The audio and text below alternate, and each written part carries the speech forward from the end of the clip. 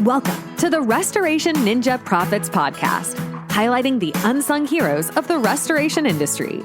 Tune in today for success stories and insider tips. Now, here's your host, Lorraine Duncan.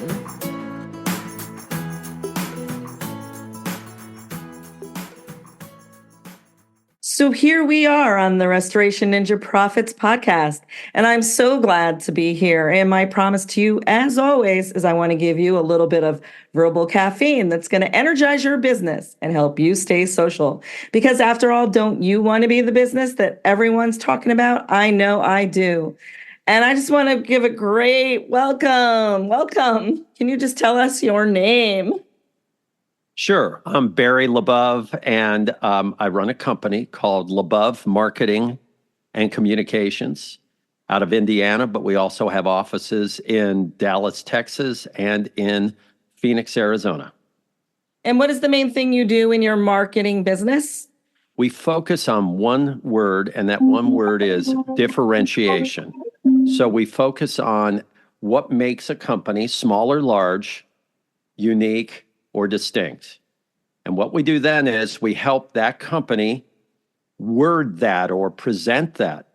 And then the exciting thing that happens next is before they go tell the world and advertise and market, whether they have one employee or 1,000, we urge them to celebrate that uniqueness, that differentiation with every person in their company. That's really neat. And, a lot of people, they do these avatars and, they do who they are and they, what's unique about them.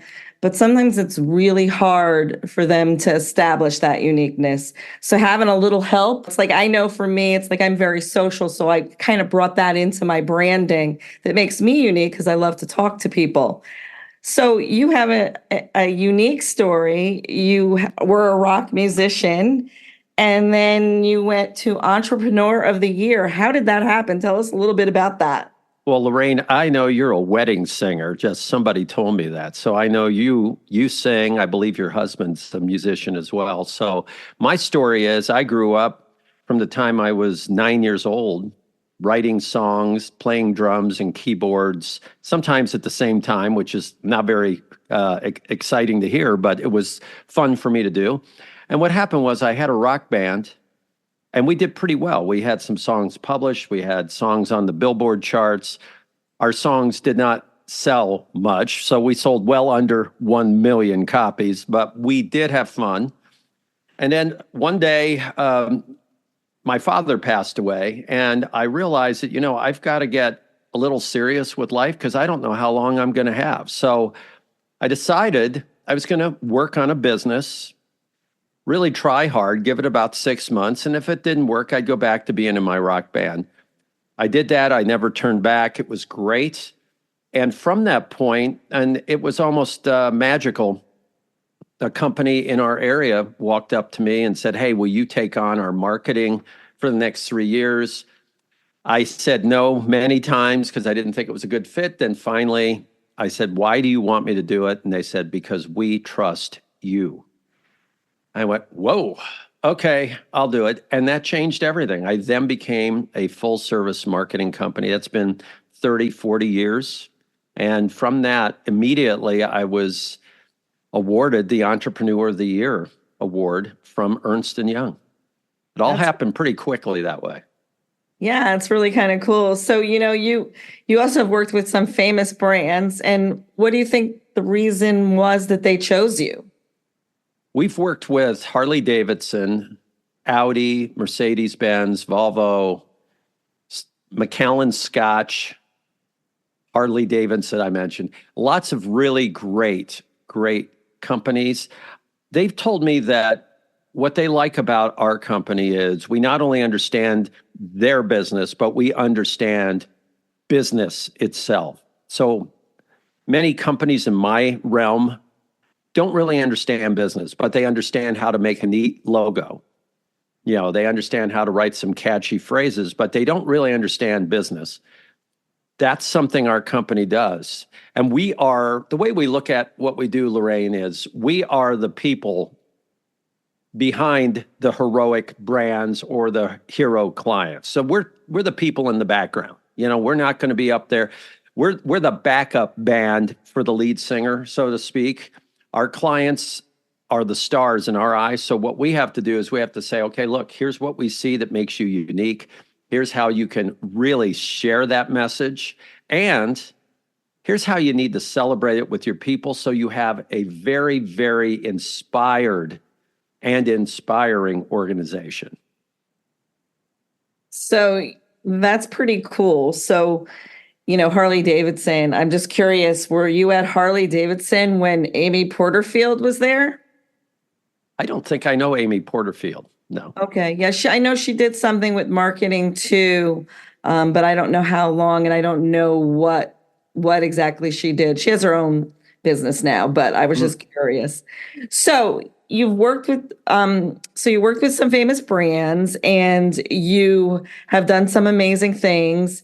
So what role does the customer experience play in a company's brand image? That's a great question. And, like for your audience, which could have some very small companies and some large companies, it's really interesting when you ask that question, because here's what reality is. No matter what services you offer or products, your customers will look at your experience that you deliver to them, what it's like to work with you, the way you treat them. Do you follow up? Do you treat them with respect? All of these things. That is your brand to your customers. So as an example, if you really have great products and you have really sharp people, but you're kind of rude to customers, or you don't follow through, or you don't seem to listen, your brand is looked at negatively, even though you have brilliant people and brilliant products. So we have to realize what we deliver in a brand experience from the very first time we talk to a customer to, years and years of having a relationship is our brand. So with your brand, for instance, I have to ask you this because this is what you do. What differentiates you from other brands? We focus only on one word, which is differentiation. And we have a 5-step process that nobody else has, period. And when I say the 5 steps, of the 5 steps, there are 2 steps that no company that I know of does. There are 3 of the 5 that lots of people do. And so we don't tell people that we're the only people that do all 5 steps. But we do tell people there are 2 steps here that nobody does. If those interest you, that's what we do. So we look very, very specifically, Lorraine. We focus on one word, not on 100 different words, one word, differentiation. And we have our process. And that's it. And again, like I said, there are some companies that go, yeah, I don't care. It doesn't mean anything to me. And I go, great. And others say, I want to hire you guys. Now you have a book coming out, and I think it's, we're talking about differentiation. And so you want to tell us a little bit about your book, The Power of Differentiation. Yeah, it's called The Power of Differentiation.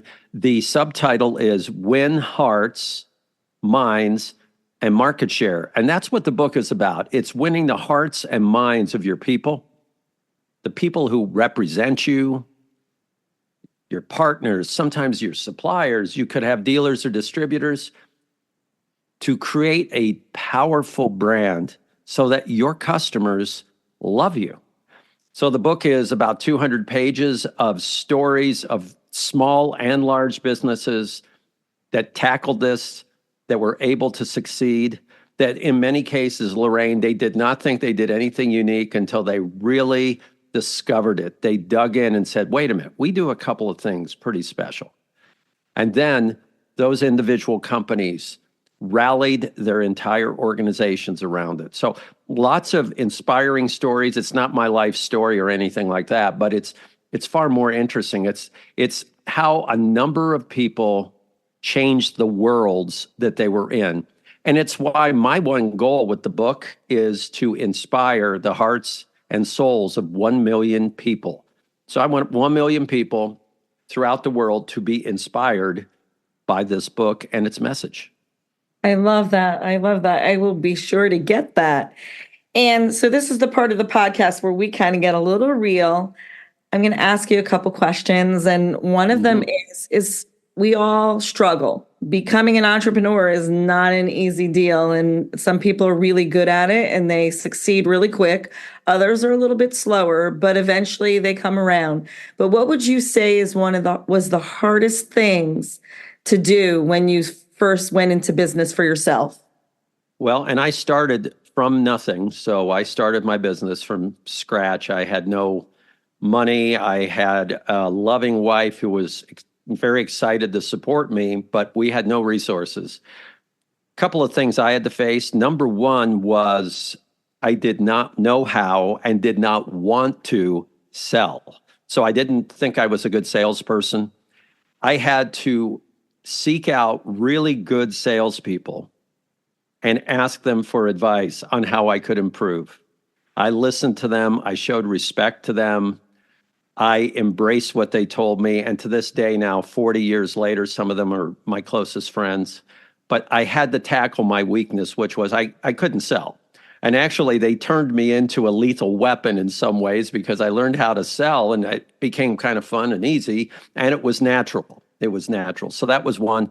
The other thing I had to tackle is the the biggest challenge for me, which is I was very tough on myself. So I was very difficult with myself. I was demanding of me. And so what it meant was I was hardly ever satisfied with what I was doing. I always thought I could do better because I thought that's what I needed to really spur myself on.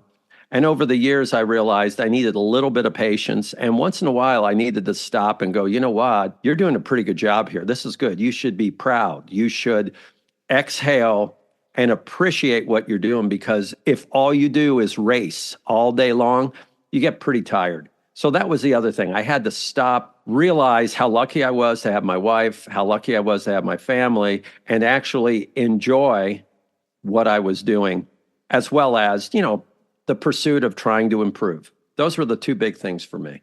I love that. If you could give one piece of advice that would help maybe someone who's struggling or maybe someone who's doing well, what would that in business, what would that advice be?